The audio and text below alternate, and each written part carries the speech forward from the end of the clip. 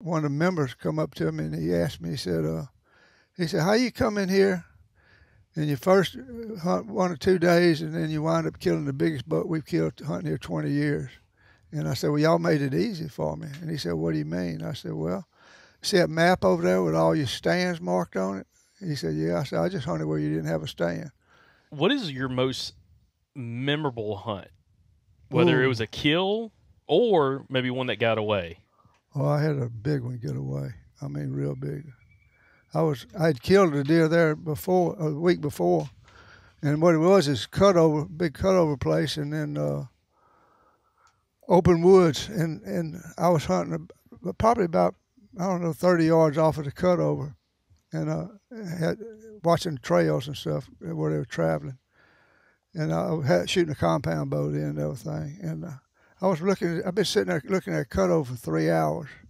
And all of a sudden I seen a barrel out there laying horizontal. I said, what's that dang barrel doing right there, And so I got to looking, and all of a sudden the head picked up and did like that.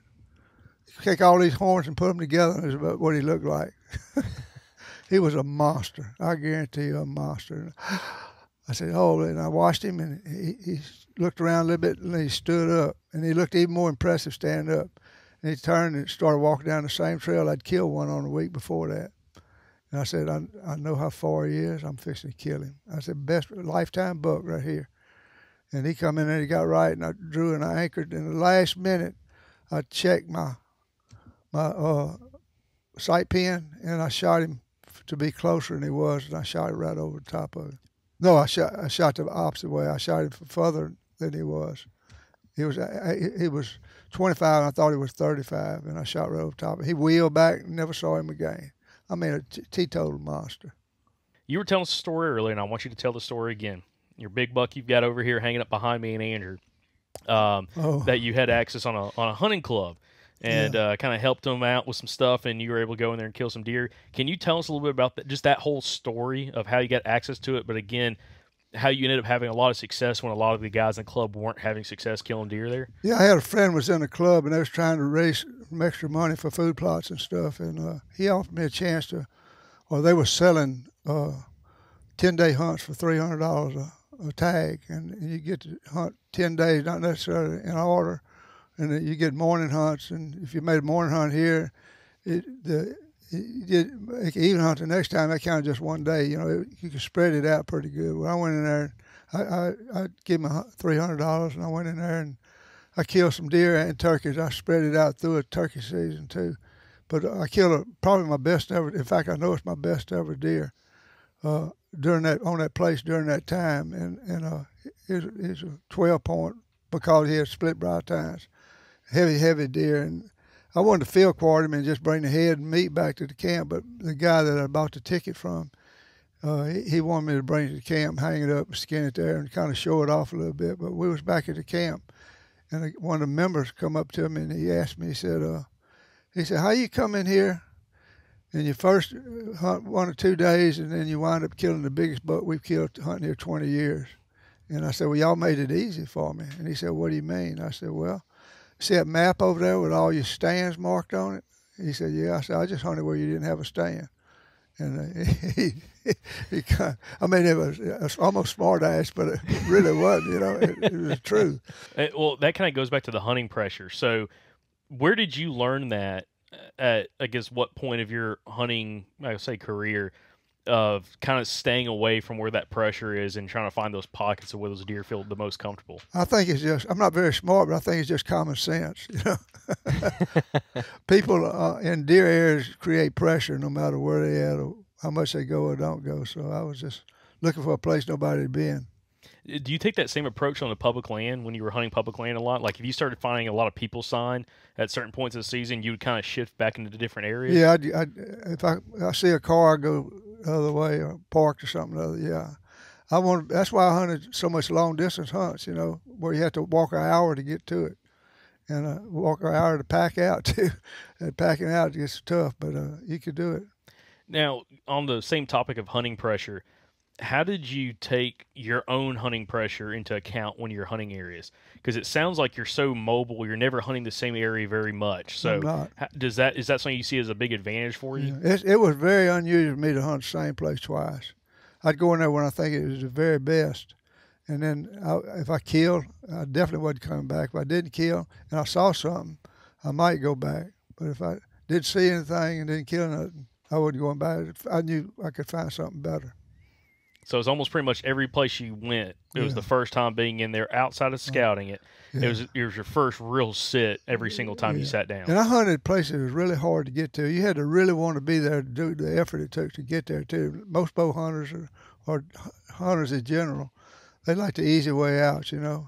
I know that's changed a lot in the last 10 years with all the education and people talking about how they hunt and everything. They pick up a lot of stuff. But, it's just common sense. Let me ask you, because you spent so much time in the field. I ask guys this every now and then, but do you have any close calls with any snake stories or pig stories? Yeah, snakes, yeah. I was hunting with a friend of mine in the national forest up there, and we was turkey hunting. And we didn't hear a turkey call. We were just going to set up and call. And I sat down at a tree, and he sat over there. And I didn't like where I was at. And I got up, and I saw another place about 6, 7 steps. It was going to give me a better angle. And I got up, and I made 3 steps, and I stepped up on a coiled-up rattlesnake. I mean, stepped right on, like stepping on a water hose or something like that. And he, like, and I jumped straight up in the air. But when you jump straight up, you come straight down. And I bounced off to the side the next time, and then went ahead and killed him. But, yeah, that was a close call. I've had some close calls now. I bet. I'm like, when we drove down here, I'm like, this seems like not only like some good turkey habitat down here, but I feel like there's a lot of rattlesnakes laying around. I've killed 12 on our place right here. Okay, that's something I always bring this up, or I brought this up a couple times in the past, but I've met individuals, and maybe you have too, that one reason they don't bow hunt is they are absolutely terrified of snakes. Oh yeah.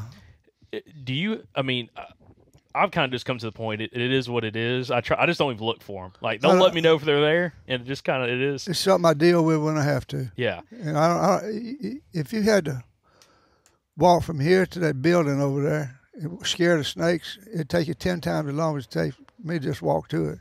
I ain't got time for all that. I like to move fast when I'm in the woods to get where I'm going. Or used to. I'm pretty slow right now. Yeah, but you're still getting around. You're still hanging and hunting and staying mobile, so that's interesting.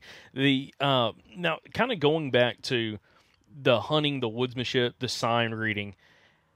Did you ever pay attention? Like, October was always a big time that you're hunting, feed trees specifically, and maybe some of those flow areas. As you're starting to get into November, December, I don't know when the rut necessarily has been on, especially some of the public you used to hunt. But how did you focus or pay attention to buck sign and just overall deer sign from tracks, trails to potentially set up on deer to be able to have opportunities? Well, I've never been a big buck killer or want to kill. I figured out a long time ago I'd rather kill 10 regular deer in a year's season than one monster every 10 years. So I like to kill deer. I like to hunt deer, and I like to. And those are hard to kill too. Sometimes they're pretty sharp and everything. But I believe I got sidetracked. Did you read? How do you read buck sign though? Like around, are you hunting feed trees majority of the season, or do you ever transition to a different type of feature?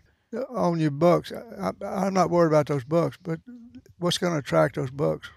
Does. Does. And you hunt where the does. I just hunt deer. And if I see does, I have a better chance seeing bucks during the rut than I do the other time. And, people overrate that rut too. Those deer are more active in the dark during the rut or not rut, than they are in the daytime. They don't just go slap dab crazy. Not the ones I'm hunting anyway. Did you ever, especially in the talking in the past now, not necessarily now, did you ever focus at all on areas that deer would use for bedding cover, or like where they'd spend most time? Down here where I hunt, they can bed anywhere. They really can. When I hunt a feed tree, I try to get a tree downwind of the feed tree, within 15 yards. I shoot a recurve, so all my shots are close. And I gotta get them close, and I don't worry about what's coming from behind me because they ain't gonna come anyway. and hopefully they'll come from somewhere else. You hunt great big wide hardwood bottoms and stuff like that. They could be anywhere.